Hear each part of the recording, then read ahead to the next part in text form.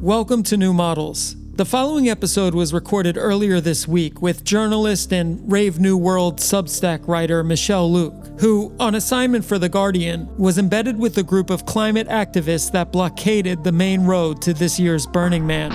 If we can make a full city of 100,000 people in the desert with zero resources on a dry lake bed, we can actually change some policy. Not the fucking road where people need to make money. Demanding that Burning Man ban private jets and single-use plastics, the protest ended violently when tribal police rammed through the barricade and arrested the activists with guns drawn, video of which went viral after Michelle posted it to her Instagram.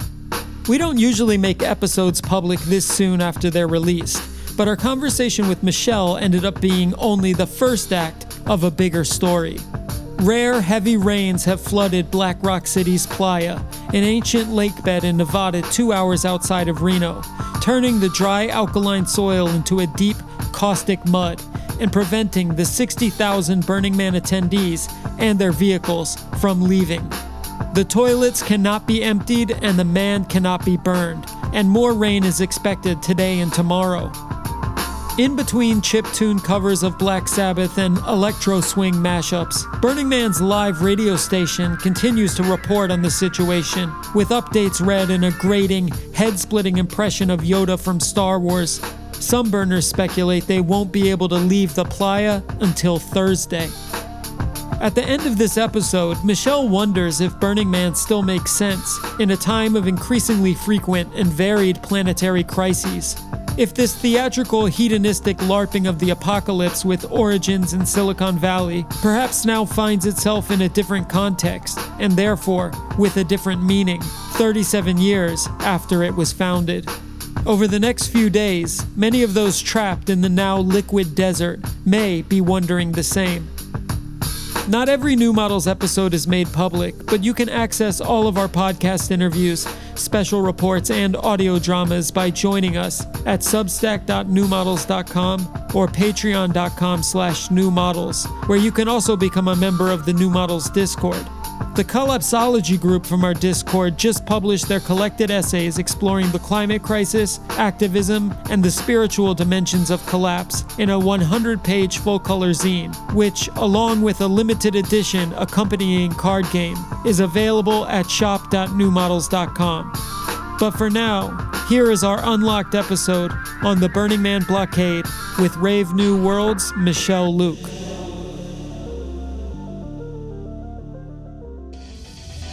You're now listening to New Models.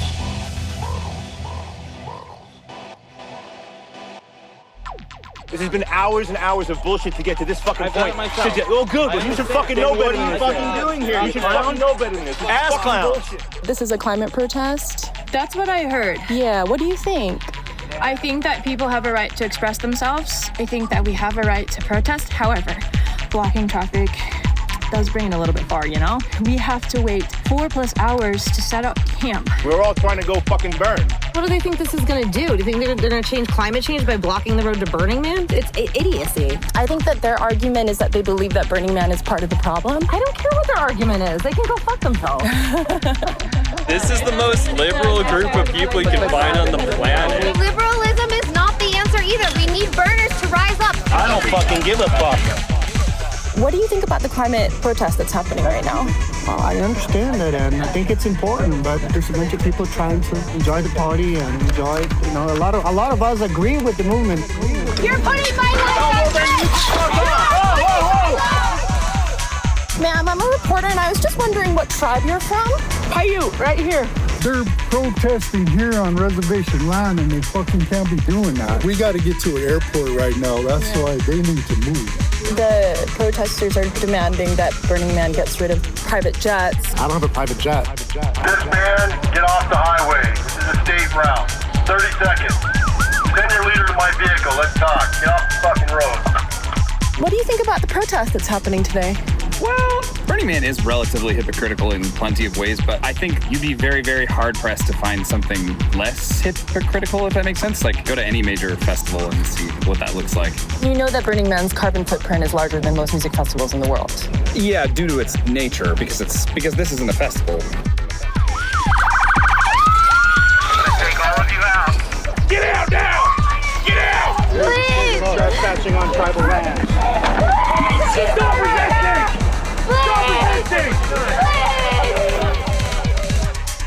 Welcome to the New Models podcast. As Nevada's Black Rock City opened its gates to Burning Man attendees this past Sunday, climate activists erected a roadblock across the festival's main land artery, calling for fellow burners to pressure organizers to ban private jets and single-use plastics. While the protest lasted barely half an hour, it was ended via aggressive intervention by local law enforcement. It catalyzed a megastorm of takes. And even while many directly impacted by the makeshift blockade commented on the futility of the activist stunt, its adjacency to so many hashtagable triggers — climate, decarbonization, police violence, tribal lands, white privilege, tech utopianism, degrowth, and the much-loved and much-loathed Burning Man itself — propelled the protest to trending status across social media within hours. Much of the debate played out across the Instagram and X accounts of journalist and Brave New World Substack author Michelle Lhooq while she was on assignment writing about the climate action for The Guardian. New Models listeners will know that the changing nature of activism has been on our minds lately, particularly in the face of what seems to be widespread narrative entropy and rising confusion over how to respond to the polycrisis that is climate change. So we reached out to Michelle, who kindly made time for us while she was still in Reno between filing her Guardian piece and catching her ride back out to the burn. I'm Lil Internet, joined by my co-host Carly Busta. Our guest is journalist and friend of the pod, Michelle Lhooq. Let's get into it. This is a New Models special report.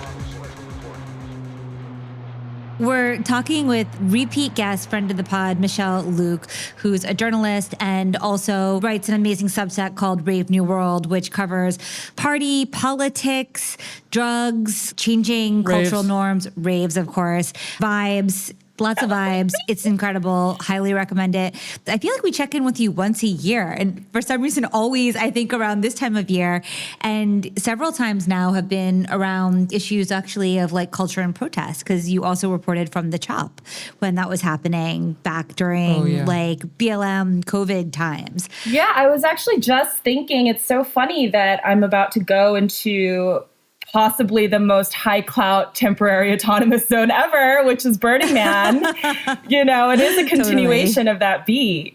Well, you're on your way to Black Rock City momentarily. So maybe actually as a way of beginning, there was this great post to Instagram that really hit a note. A lot of people responded to it.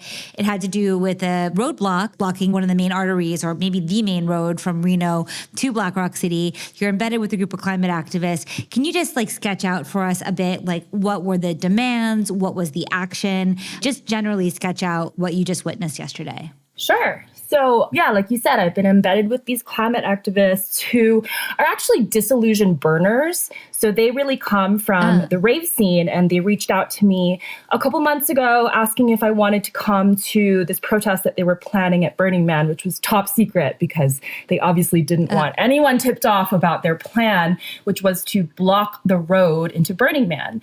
And that road is like this really rural 2-lane highway that's really narrow. You can't really like pass people easily on it, and it's really winding through the desert, a lot of times with no service. And so long lines of traffic are already a thing going in and out of the burn. And their kind of genius plan, I think, was to create a blockade in this particularly narrow stretch of the road and erect banners and signs, you know, demanding that the festival does several things. One, ban private jets, which have been obviously like a huge part of this sort of elite influx of Silicon Valley tech billionaires coming into the festival. 2, they want to ban single-use plastics, easy enough. 3, they want to cap unlimited generator and propane use at the festival, which are both really, really entrenched into the current festival culture. There's so many art cars that burn gas to move around, and also they burn a lot of the art. So there's a lot of burning going on at Burning Man. It's not just the man. Right. And, you know, they actually told me that they purposely made their demands really low because they wanted to show that even the simplest things the organization would not be able to fulfill. And so it would look embarrassing for them. And I think that what's kind of interesting about this group is that they're also staunchly anti-capitalist. So in addition to like climate concerns, you know, they're really advocating for systemic change away from extraction. They want to focus on degrowth. They think that Burning Man's sort of tech utopianist, like solutionism isn't going to solve the climate crisis. And we can kind of go into those things later. But when I first heard about this plan, I immediately thought, okay, that's a good story. But I hesitated because I knew that their numbers were so low. There was only really a group of like 7 people involved. And part of that is because of just like widespread disillusionment in the protest scene right now. A lot of climate groups are telling me that they just don't have the numbers in general at protests. In speaking with them, I also realized that they haven't really been activists for very long. Most of them started in 2019. Some of them have been doing it for longer. But like I said, these are really burners themselves who've become recently disillusioned. They've tried doing art protests before, like bringing art into the festival. And they felt like the response from burners has been so flippant. And so like, what? Like, no, we're the solution to climate change, not the problem. And they tried to do a protest in New York City over the summer where they wanted to invite burners to come out, and they had DJs playing on the streets and stuff. But a lot of their friends from the community told them, like, we don't want to be political. So all of those events leading up to this, they said radicalized them to the point where they were just like, okay, fuck the burn, and decided to do this protest. And what was really interesting is that I realized that their inexperience and their lack of numbers actually made the protest more dramatic and more exciting and more viral on social media, I think, because a lot of things went wrong. And those moments of conflict play really well online and ended up helping them go viral today. Like the video that I posted of what happened at the protest where an actual tribal police ranger rammed into the barricade that they had constructed and nearly hit some of the protesters. That video is literally breaking the internet right now. And so many people from both sides are just really chiming into this discourse. Maybe we could start then with just to fill in a little more detail. You made this post to Instagram. And of course, for the past 15 years, since at least Tahrir Square, you have social media and direct action having an intertwined role. One helps the other or one propels the other, right? They kind of need each other in a way. And on your Instagram post, you captured a lot of people's responses. So you capture the direct action. This is happening on tribal lands, which adds another layer of complication to it. And you have a number of different reactions. So maybe could you take us through the different roles you saw people playing? Over the past 15 years, we've come to almost even concretize certain roles. Oh, I am the person performing the direct action. I am the person disrupted by the direct action. I am the law enforcement. Could you talk a little bit about those roles and the language that you heard and maybe how that's changed since you've been paying attention to this stuff? Yeah, I think when it comes to performativity, the most striking thing to me was how much of a contrast there was in the efficacy of the protest on the ground versus online. I think that by all measures, the protest on the ground was a failure. I think that they were completely outnumbered. I think that the way that they positioned their vehicles in the trailer was too spread apart. And what ended up happening is that people in their cars came out and confronted the protesters. A lot of these Burning Man attendees were fucking pissed to be held up in line and like did not care what the cause was. Interestingly, there were also some indigenous members of the Paiute tribe, which owns the tribal land where this protest was taking place. The protesters had chosen this site very strategically. They did not want to be on federal BLM land, which is where most of Burning Man happens, because they didn't want federal charges. But I think that kind of backfired because the indigenous people said, get off our land. We do not endorse this protest. You don't have our permission. So it was like a DIY coalition that formed between several indigenous people and some burners who just started lifting up the trailer and removing the barricade themselves. Oh my God. And so members of the public just started directing traffic around the blockade. And I think that, again, because they just didn't have the numbers to hold their ground or to talk and engage with the people that were coming up, their message really wasn't perpetuated amongst the crowd of people in line. I think a lot of people were really confused. They understood that it was a climate change protest, but they didn't understand why they were targeting Burning Man, because Burning Man has all of these sustainable practices already embedded into their principles and their ethos. They have this leave no trace thing where everyone has to clean up after themselves. They're investing in carbon offsets and solar panels and blah, blah, blah. A lot of people were like, you know what? They're doing so much more than a festival like EDC or Lollapalooza. Like, why are you protesting people who are on your side? And I think, of course, the protesters' answer to that would have been because we don't think that technology is going to save us. We think that we need to focus on degrowth and anti-capitalism. But that wasn't getting put out, right? And so by the end of the protest, it only lasted 35 minutes before the cops came and rammed through the barricade. But as soon as I posted the tweet and the Instagram posts, the reaction was completely viral and it was completely different. There were so many people who I think had like a sense of schadenfreude. Like everybody loves hating burners. So there was a lot of that. It's trending in the United States right now, by the way, on Twitter, like this top protest? U.S. trends. Yeah. Wow. Yeah.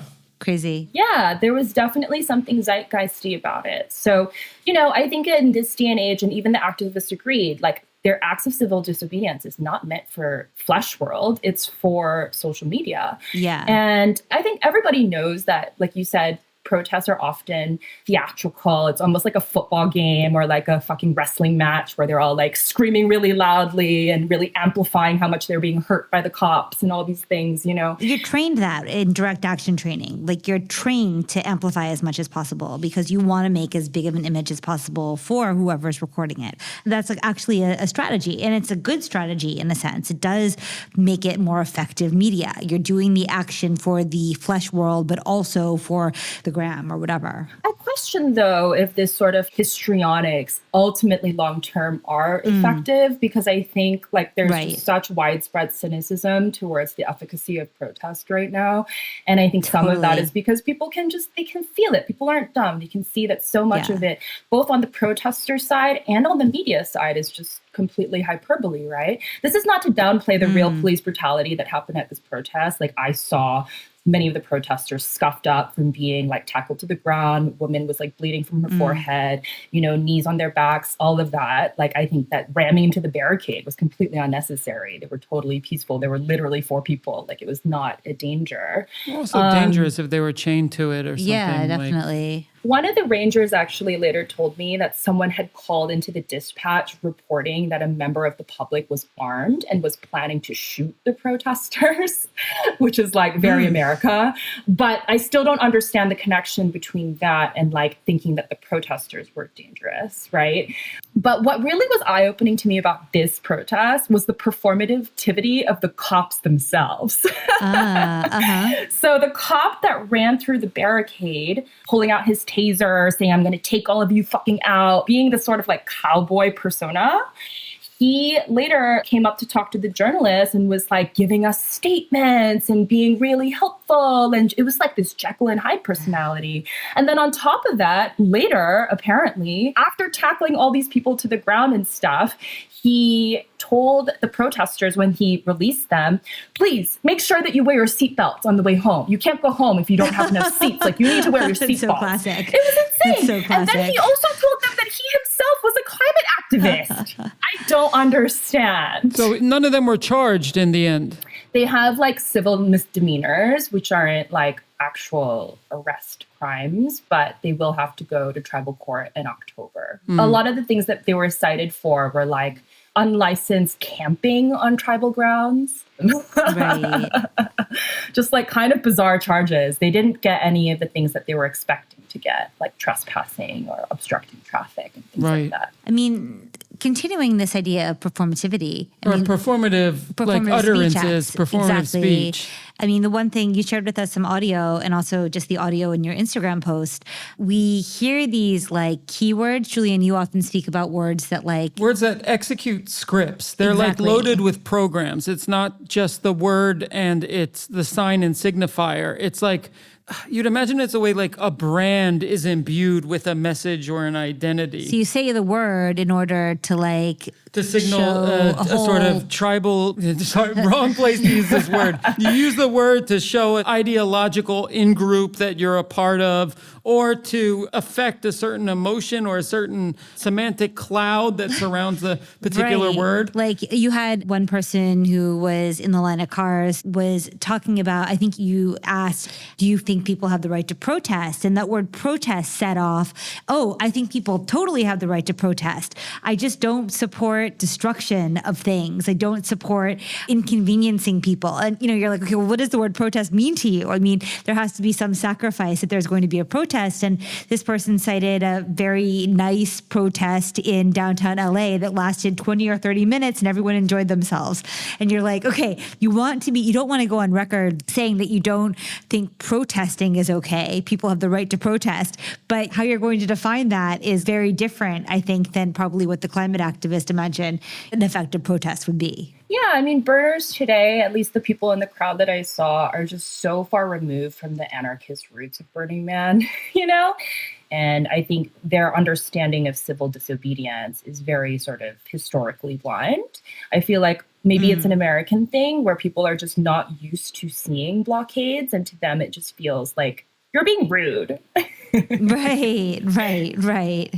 I mean, this protest is an incredible, one of the most interesting ones I've ever seen. Example of something that we had talked to the artist Trevor Paglen about, the palladium, right? These objects that the CIA puts into the sky that attract all of this attention from every sensor they can possibly trigger. To one, it looks like a fleet of bombers. To the other, it looks like a UFO. And we also keep going back to that one original example of the dress, where some people swore it was blue and gold, others swore it was black and white or something. And there was no resolving those two sides. Which made it really successful because of that conflict, it meant that it would then be propelled on social media and people would continue to argue it.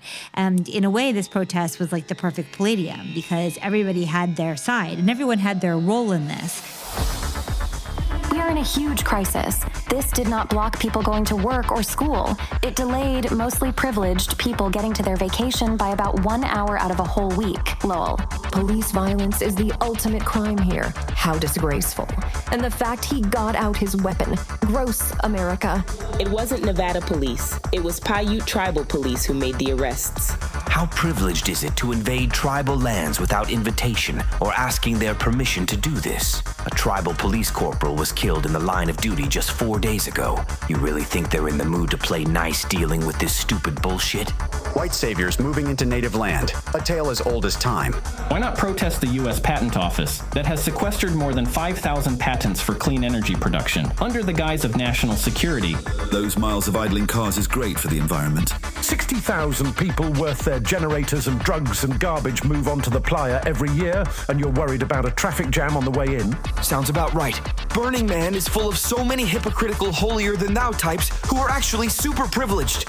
So none of those trucks got 4x4? Fuck that little-ass blockade. Go around! Climate activism has become a cult. If you disagree with its members, you are branded as a climate change denier. Going to Burning Man by plane, you are a capitalist who doesn't care about the planet. Now we have this cringe comment section echoing the burners not getting the protest by trying to do gotcha politics against the journalist covering the situation. Won't the private planes just fly over them? I don't think anyone knows how to protest climate change, TBH. Kudos to those trying, I guess. But even more interestingly is how it attracted all of this performative language, all this language that executes scripts, where you have this idea, which I personally think it's almost like some Noble Savage 2.0 idea of a homogenous, romanticized, indigenous population. You know, people asking, oh, did they ask for permission to be on tribal lands? As if protests ask permission. Right. You also see the schadenfreude from people towards the right of tribal police rammed the barricade, you know, knowing that it would like trigger progressives. It was a gotcha that it was indigenous tribal cops that broke up the protest, right? And I just think it's fascinating how much of the reality behind these words this protest revealed. Also, hearing people coming up to the protesters and just saying, Burning Man, we have climate workshops. Right. Like, you know, right, I mean, all of these words that are just kind of loaded with this progressive therapeutic coding. for people. Right. Right. And this protest kind of just became this hyper meme that sucked the bullshit out of all of the scripts that these words run. Yeah, totally. I have an electric vehicle. Incredibly fascinating. Like every single one of those words was used in its most potent way. Right. To signify, to execute a script. Right. And the reality is so much more complex, though. Like, speaking of the indigenous climate issues, what I realized through my research is that Burning Man is actually teaming up with the Paiute tribe to sue the federal government right now over a clean energy project that's supposed to happen in the city near where Burning Man happens, because this company Ormat is trying to build, geothermal wells for renewable energy, but it's allegedly going to dry up the hot springs that are sacred sites for the indigenous people, as well as endangered local wildlife. So it's like Burning Man, which is, I think, sustainably oriented. Whether or not they're effective is another idea, but they do care about the environment, and they're teaming up with an indigenous tribe to block a clean energy project. Like, this shit is just really complicated, and you can't reduce it into memes. Definitely. But what I realized, is that the police were performing for their audience, the protesters are performing for their allegiance on social media, and the burners are performing for other burners within their bubble world. I mean, the whole thing just was operating on this really disassociated meta level at the same time that it also felt very primal and very raw on the ground. Venkatesh Rao had an interesting post on his Ribbon Farm Substack, and he was talking about his position on climate. And we've been thinking a lot about narrative implosion and noticing how a lot of these activist threads have lost steam. I mean, there's still Just Stop Oil, and a group in our community just published an entire zine on climate collapse. I mean, there's still activity that's happening, but there does seem to be a mass draining of energy around these actions. But Venkat was like, well, maybe one of the reasons is this like massive narrative web around climate, and everybody is just vying to not be an NPC in a narrative that just seems to be dissolving in real time, right? So it's like everyone is playing their heroic role, and they'd almost rather play their heroic role and get credit for that role or feel real in that role than they would, I mean, maybe this is cynical, actually do the thing that they need to do to actually help. Because also no one really knows what to do to help because it's just such a complex position. Do you side with the indigenous tribe who is losing their hot springs? Do you side with the clean energy project, which will repatriate some clean energy to America and not be reliant on China? That's so complex that people are just like, I'm just going to choose my role in this multiplayer game, and that's about as much bandwidth as I have. So in response to what you were saying about this sort of narrative collapse around the climate movement right now, I kind of want to push back on that a little bit, because I think one of the reasons why climate protests, like what just happened at Burning Man, are becoming the zeitgeist and catching on so much is because they're branching out and connecting to other social movements, like Stop Cop City being sort of connected to BLM, and then now this Burning Man climate protest being connected to like capitalism and inequality. Like, I think that's one of the reasons why more and more people feel like they can be a part or play a role in this movement, rather than the maybe Greenpeace model where it was so much more about saving trees. But one interesting thing about that is you can almost imagine then the narrative collapse. It's kind of like narratives collapsing onto each other, or just collapsing into just a vibe of dysfunction in general that maybe could lead to a more amorphous but broader movement pushing back against this core decay where the environment and inequality and all of these things do intersect. I mean, I still think, though, that there's like this big disconnect between people wanting to voice their dissent and organizing and having some kind of critical mass, and what kind of leverage does that have anymore? I mean, there was a good podcast on Ezra Klein this past week that was talking about the complexity of energy transition and what it really means to switch to renewables, and just like the state insecurity issues. I think that people are becoming more aware of scope, and they know that they can organize in a local way and that that's important. But how does that actually level up to not just corporations, but like state actors making energy contracts and like the global south? And that scale, I think, is becoming increasingly apparent to more people, especially people who'd be tuned into climate protests. I mean, I wonder, are there conversations about the limits of agency? How do people think about scope when it comes to these protests? Well, I think we go back to performativity here, right? Like, they know that Burning Man is not going to ban private jets or stop burning the man ever, probably. You know, I was speaking with one of the climate activists who's this very sweet young scientist who he's been traveling with this like 60-year-old former elementary school teacher who quit her job to be a full-time climate activist as well. And they're like this like buddy duo. But I was talking to him about how he thinks the climate movement has changed. And he was like, yes, I think earlier on it was so much more about just like getting people out on the street. But because numbers have dwindled, interest has waned, what a lot of activists are doing now is really focusing on high visibility pressure points. So they're designing climate protests that are literally designed to go viral. And I think this Burning Man protest was like a perfect example of that. So it's not really meant to move Burning Man org to change. It's more just about, I guess, like raising consciousness and awareness of this issue and hopefully pulling people who might be disillusioned burners themselves or hate Burning Man, not the people on the road, but people online, into their cause a little bit more. Right. I mean, of course, we're at an age now where like there is awareness, right? There is like so much awareness. Awareness is one thing that the past 10 years have given us. It's content. I mean, to some degree, it's like replaced TV. And you just filed a piece for The Guardian, which has been a very important arm of raising awareness. I mean, they've had a climate beat for a long time. They've broken some of the most heart-wrenching climate stories. So even as a journalist, what was your approach going into reporting on this piece? How do you feel a story like this will travel or will move the needle? I mean, obviously, it's like gaining all this attention. So it's an interesting story to people, and it's one that should be told. What was your thinking, if you can like give a meta take on like what your thinking has been in reporting on climate activism in 2023? Well, I think the narrative thread that I'm the most interested in following is how counterculture is now being seen as hegemonic and the thing to protest. That's definitely a theme that runs throughout my work and is really on full display here, where, you know, something like Burning Man, which began very counterculturally, you know, they have this ethos of decommodification where brands are literally not allowed to advertise. You're even discouraged from wearing clothing with brands on it. Everything is gifted. There's no money exchange, blah, blah, blah. How the fuck did that become seen as like the thing that needs to be toppled? You know, I mean, that change, I think, has to do a lot with obviously the rise of the technocracy, Silicon Valley going from outside marginalized group into the autocracy. I think it's not just confined to Burning Man. It's happening with like psychedelics becoming commodified and corporatized. And soon I think there's going to be definitely a radical backlash against the psychedelic industry.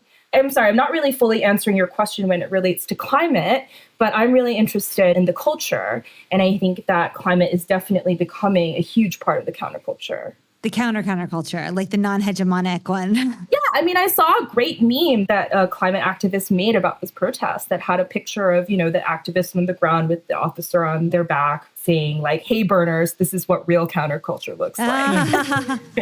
Amazing. I mean, the question that it brought up is like, it feels to me like the climate activists are really advocating for austerity and degrowth, which runs really counter to the ideas of pleasure and excess and hedonism and expansive growth that Burning Man has been about, right? And it totally failed to reach like the Burning Man population. They are not down to like be inconvenienced or to have their fun impinged upon, which I think is kind of a really dire, foreboding vision of the future, maybe, of like, if what it takes to like save ourselves from this climate death spiral is like tightening our belts, maybe some cuts need to be made, some lifestyle changes need to be made towards austerity. It just doesn't give me hope that we as a population are ready to do that. I think that people just want to fucking party and feel like they're creating technology that's going to save them. Yeah, and this actually touches on something that we were thinking about. One of the people in Crude Futures, which is the group of new models that produces Scene and this card game where you can role play collapse and how to navigate it, talked about the dimension of spirituality in Just Stop Oil and Extinction Rebellion protests, and how, to paraphrase, it's less about the climate protest being effective, maybe it is effective, maybe it isn't, than it is about feeling an act of martyrdom or feeling an act of like collective sacrifice that gives you some sense of meaning or power against pretty extreme existential uncertainty. And to link this to Burning Man, the originating mythos around Burning Man of like, no money, nothing for sale, no capitalism. And I feel like this is even maybe in the tenets or commandments they give you when you get your ticket. Radical self-sufficiency, a kind of self-sacrifice, a kind of radical collectivity. And there's something interesting that happens if you arrive at Burning Man on, say, Monday or Sunday of the week. For those who aren't familiar, Burning Man lasts a week for most participants. You can get there as early as the first Sunday. The man burns the next Sunday. And you can arrive at any point up until, I think, Saturday night. I think that's like the latest you can arrive. And the people who arrive on Monday, they're like the really dedicated ones. And you watch this population change every single day. And there's kind of like a cold shoulder towards those who fly in on a Friday or even like drive in on a Friday. They're not dedicated burners. They're just there for the party. And you watch the sentiment of this population change. And you realize for a lot of people, especially those who arrive early, the pleasure comes through this act of asceticism, this experience of post-apocalyptic community and landscape where radical self-sufficiency is necessary. And like, look, we don't need money. We don't need brand names. We just need each other, trust, and maybe some drugs and music. And like, look at the amazing pleasure we can have with so few things. It's like another world is possible, right? Look how beautiful this could be. And there's a feeling with every day that core is being diluted and you're disappointed by that. And there's a resentment. I mean, I was there in 2003, I think, and this is like still in the .com bust cycle, but I remember that. And I remember how there's like a spiritual dimension of it. And you feel like those who come later aren't serious. And one thing that occurred to me watching your coverage of the protest was like, these burners are the hardcore burners who like believe in the originating narrative around Burning Man. And they want that experience. And I shouldn't speak for them. I'm just imagining one way of engaging it. They feel like if they can at least get Burning Man to be pure again, they can at least have one place on Earth where for 1 week we can test out this theory of like, what would it be if we just put aside capitalism and we just have each other and we just have music? It's like our principles. We could actually like test out those principles for a week, and wouldn't it be beautiful? And it's like their protest almost has more to do about a kind of like collective spirituality than it does really about oil. I mean, carbon reduction is important. I mean, that is part of it. But like the more immediate thing is just like, can we get this culture to be a pure one again? Does that track? I mean, I think that's the spiritual dimension is an important one somehow. Absolutely. I'm glad you brought that up. I think that, yes, there's obviously such a hunger for modern day rituals. Yeah. And Burning Man is at its heart this pagan bacchanal, right, with like the ritualistic burning of the man, as well as this temple that exists in the center of the festival where people leave mementos for people who have passed in their lives. And then they also burn that. And, you know, the woman sitting next to me on the plane was this like really nervous middle-aged woman with like a mask on. And she just didn't seem like someone that I'd ever encountered at like other music festivals. And that's one of the most beautiful things about Burning Man to me, is that it's cross-generational and it's full of normies. It's not just for underground heads only, if you know kind of vibes. It's totally mass appeal. And so it allows other people to come on board without having to do much digging. But anyway, she told me that the reason why she was there is because her husband led a camp and he died last year. And the camp is doing this big memorial service for him at the temple. And she started crying as she told me this. And I thought, you know, this ritual that Burning Man is providing for her for collective grief is really powerful and really needed. But at the same time, I think one of the reasons why Burning Man is like losing a lot of its appeal it's really interesting this year, like so many resale tickets were floating around the market. A lot of people are not going to Burning Man this year. Yeah, like it's down by half or something. Yeah, I mean, it has to do with like economic downturn, tech workers being laid off.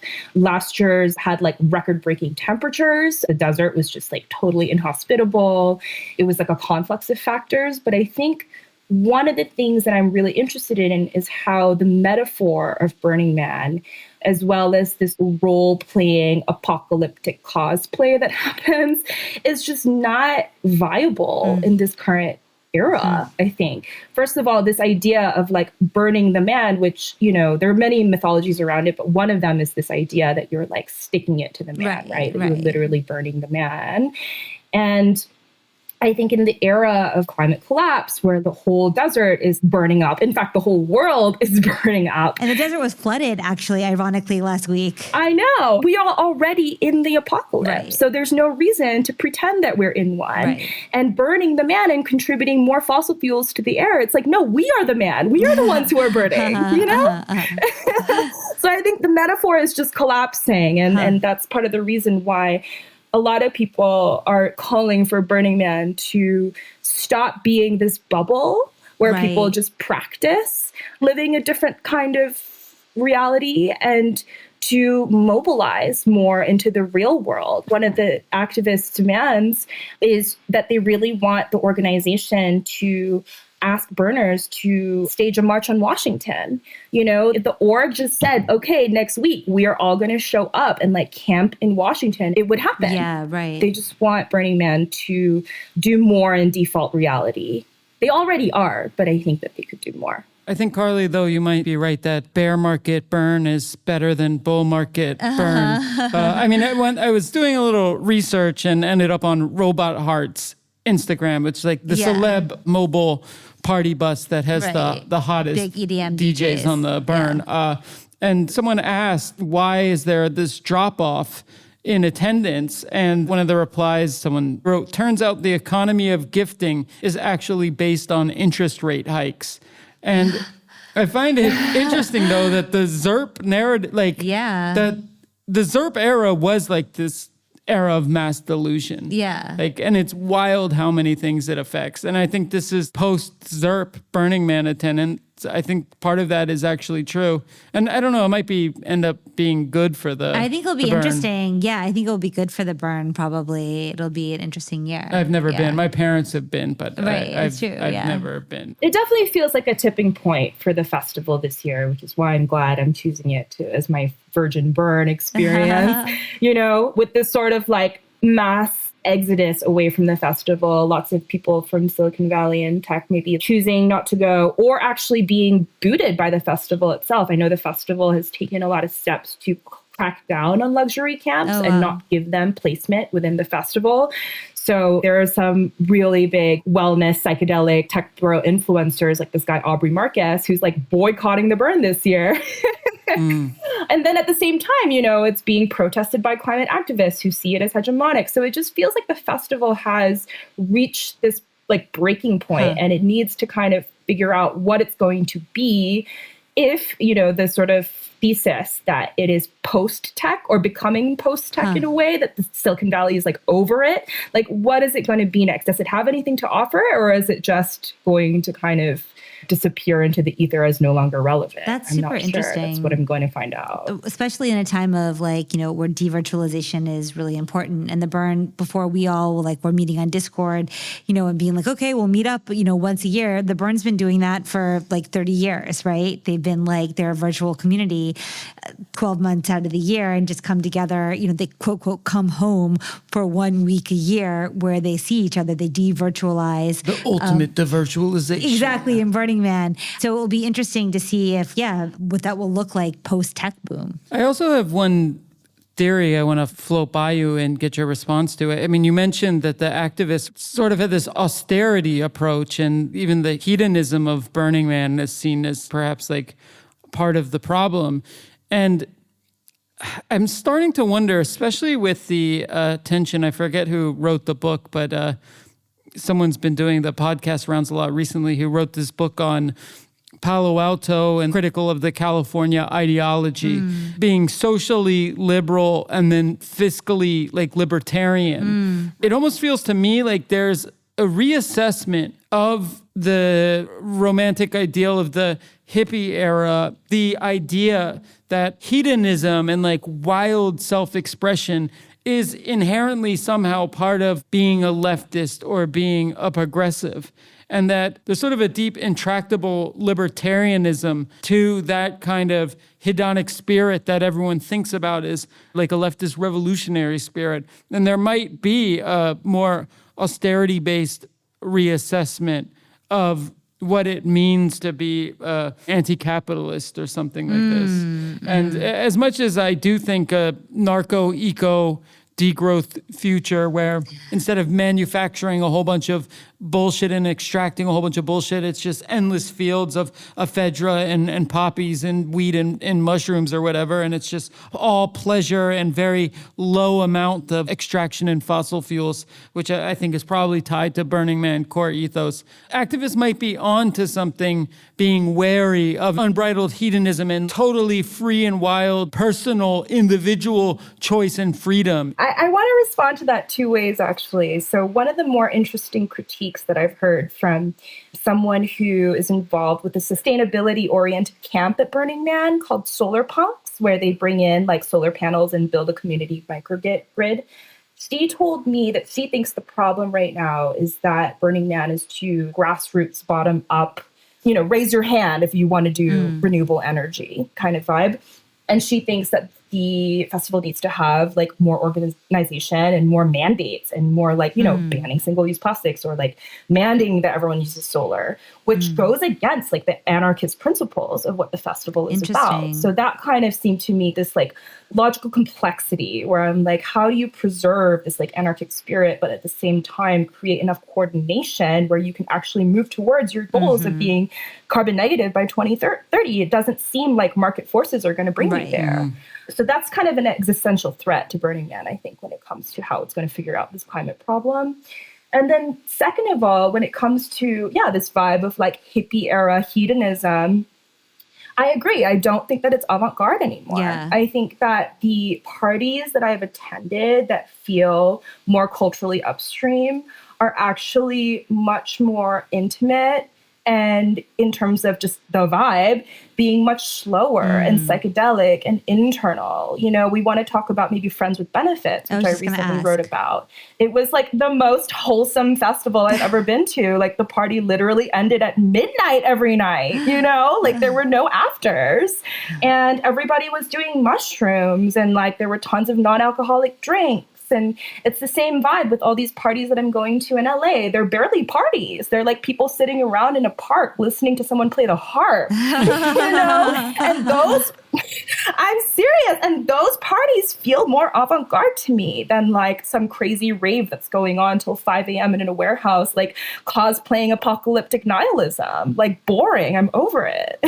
There's also an aspect of the cyberpunk tech dystopia actually being people's kind of utopia, you know? It's so fetishized, the aesthetic of it, that they kind of don't mind if it happens. Right. Because like they can live the movie. Right. And so I wonder if that fantasy ends up working in somewhat insidious ways in terms of impeding the hard work of what it takes to actually do something about the situation humanity's in right now. I'm so allergic to the fucking steampunk aesthetic that's so popular at Burning Man. Like, I'm grateful that the theme this year is Animalia, which everybody is saying it means that it's the furry year. Like, I'll take a furry over a steampunk any day. Do you have your outfits? Like, what are you packing? Guys, I'm so fucked. I literally decided to go to Burning Man with 3 days of prep. Like, I got the assignment on Monday and I left on Friday. So that's the best way to do it. I'm going with like bare bones essentials, just like a camping gear and just like looks from, you know, my club days. But I'm really kind of relying on this. You'll actually need them, or a ski mask or something. I brought a ton of acid. That's going to be my lifeline. But yeah, wish me luck. Well, dear, it's amazing talking to you. Yeah, this was so fun. Thank you for helping me think through this. Like, it's always so good to mind meld with you guys. Totally. Can't wait to hear how your burn actually went. If you're anything like me 20 years ago, I hated it so much the first day. I literally walked to the exit where they say the sign, if you leave, you can't come back. And I was like, I'm fucking leaving. No way. Hitchhiking me out of here. I hate this place. Oh my God. But it gets better every single day. And in part, it's because the place gets more chaotic. And the most beautiful part of the entire week is after they burn the man, you lose your point of orientation, because at night, you always see the man. Like, that shows you where you are. And after the man burns on the last night, everything just, there's no center. It's like total decentralization. It's this beautiful metaphor for collapse, really. But also when you just submit to the collapse and then you no longer really care about the directions anymore, you're just kind of in it. You're just kind of like in the flow of life. And it's very beautiful. And so hang in there, stay through the burn. Don't walk out like I tried to do. You'll hate it in the beginning, but by the end, there'll still be something that is like very beautiful about it. As cringe as it fucking is. It's so cringe. It's so intensely cringe. This 20 years ago was cringe. That's really good advice, Carly. That's really good advice. Yeah. Because I can't see myself becoming a burner. You won't, but you will, kind of. How I learned to stop worrying and love the cringe. Exactly. That's exactly it. Like, at some point, somebody will like give you a tulip and a tutu, and I mean, it's like so annoying. Oh my God. It's also so great. I mean, anyway, we can swap stories on the other side of it. I can't wait to hear how your experience is. So Michelle, Lhooq, thank you so much. We always really appreciate your words on all things protest and party related. So great to have you calling in for this. Thank you for your time. Thank you. Thank you, guys. Enjoy Love the burn. you. Love you too. Ciao.